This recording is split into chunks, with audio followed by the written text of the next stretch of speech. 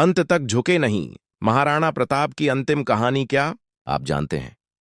इतिहास के पन्नों में जिसे कभी पराजित नहीं किया जा सका, वो महाराणा प्रताप आखिर कैसे मरे। इस वीडियो को अंत तक देखना, क्योंकि ये कहानी आपको रुला देगी। भाग 1। महाराणा का जन्म और संघर्ष की शुरुआत। 1540 ईस्वी। राजस्थान की वीर भूमि मेवाड़ में जन्मा एक बालक, जिसकी आंखों में बचपन से ही राजपाट का लालच नहीं बल्कि मातृभूमि की रक्षा का संकल्प था। वो थे महाराणा प्रताप। उनका जन्म उदयपुर के शिशोदिया वंश में हुआ।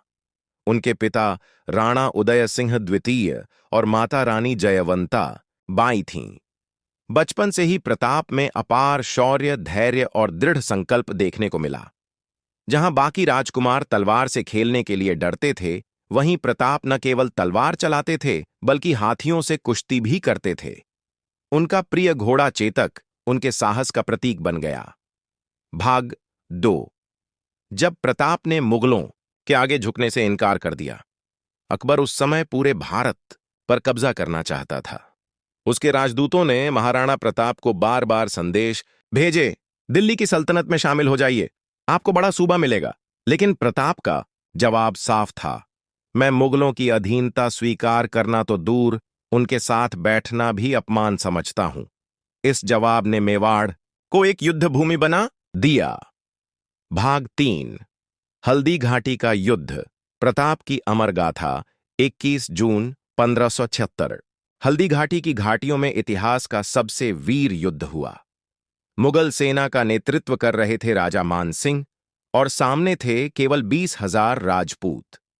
प्रताप की तलवार ने कहर बरपाया। चेतक बिजली की तरह दौड़ता और प्रताप अपने दुश्मनों को एक एक कर गिराते जाते। उन्होंने मान सिंह को भी घायल किया। लेकिन जब मुगलों की संख्या ज्यादा होने लगी तो चेतक ने घायल होते हुए भी प्रताप को युद्ध क्षेत्र से बाहर निकाला और एक गहरी खाई को पार करते ही उसकी जान चली गई। चेतक की वफादारी आज भी अमर है। भाग 4। जंगलों में जीवन। लेकिन आत्मसम्मान नहीं छोड़ा। युद्ध के बाद प्रताप ने जंगलों को अपना घर बना लिया। उन्होंने कभी अकबर से समझौता नहीं किया। उनकी पत्नी और बच्चे तक पेड़ों की छाल खाकर दिन गुजारते थे, लेकिन प्रताप ने कभी भीख नहीं मांगी। एक दिन उनका बेटा भूख से रो पड़ा।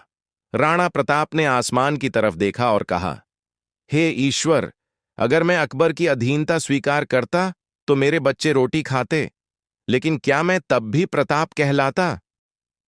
भाग 5। जब मेवाड़ की धरती ने फिर प्रताप का स्वागत किया। कुछ वर्षों के बाद जब अकबर के कई सेनापति विद्रोह करने लगे, महाराणा प्रताप ने मौका देखा और फिर मेवाड़ पर चढ़ाई की। धीरे धीरे उन्होंने मेवाड़ के 85% हिस्से को फिर से आजाद करा लिया। उन्होंने फिर से राजधानी बसाई, चावंड।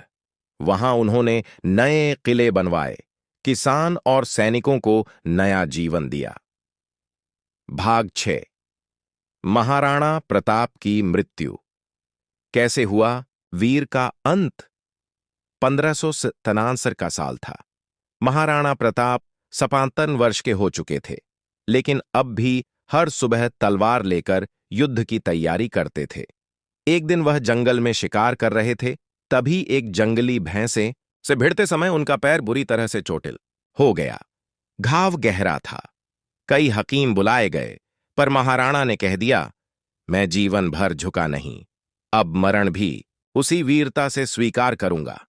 बिस्तर पर पड़े महाराणा प्रताप ने अपने बेटे अमर सिंह को बुलाया और कहा, याद रखना बेटा, सिर केवल मां के चरणों में झुके, दुश्मन के सामने नहीं। मेवाड़ की आजादी की कीमत मेरे लहू ने चुकाई है, तू इसे कभी गुलाम मत होने देना। 26 जनवरी 1597 सूरज डूबा और साथ ही महाराणा प्रताप का शरीर भी। लेकिन उनका नाम, उनका आत्मबल, उनका बलिदान आज भी अमर है। भाग 7।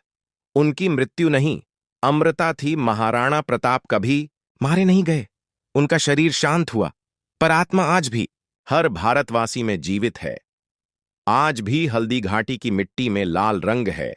कहा जाता है, ये रंग प्रताप के सैनिकों के बलिदान का है। हर राजपूत, हर भारतीय गर्व से कहता है, ना भूतो ना भविष्यति। जैसा प्रताप था वैसा कोई नहीं। अंतिम संदेश वीरता।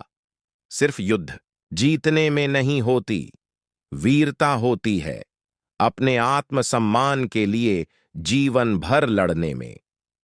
महाराणा प्रताप ने कभी हार नहीं मानी और उन्होंने हमें सिखाया कि परिस्थिति कैसी भी हो, सिर कभी झुकना नहीं चाहिए। अब आप बताओ, अगर आपको ये कहानी दिल से अच्छी लगी हो तो कमेंट में बताना आपका फेवरेट राजा कौन है।